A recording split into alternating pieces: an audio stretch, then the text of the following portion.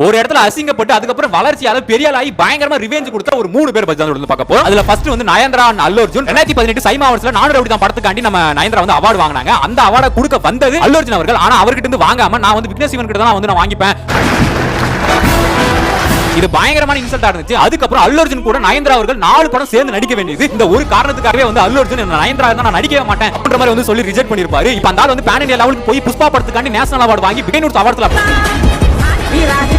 ரிவெஞ்ச்னா இப்படி இருக்கணும். And number 2 Dhanush and செல்வராகவனோட டைரக்ஷன்ல தனுஷ் நடிக்கும்போது இப்படி நடிக்கணும் அப்படி நடிக்கணும் அப்படி சொல்லி பயங்கரமா போட்டு துன்புறுத்திருக்காப்ல. இத மனசுல வச்சுக்கிட்டு இப்போ ரீசன்ட்டா ரிலீஸ் ஆன ராயன் படத்துல நான் உங்களை டைரக்ட் பண்ணும்போது உங்களை டார்ச்சர் பண்ணும்போது எனக்கு இருந்த சந்தோஷம் சார்.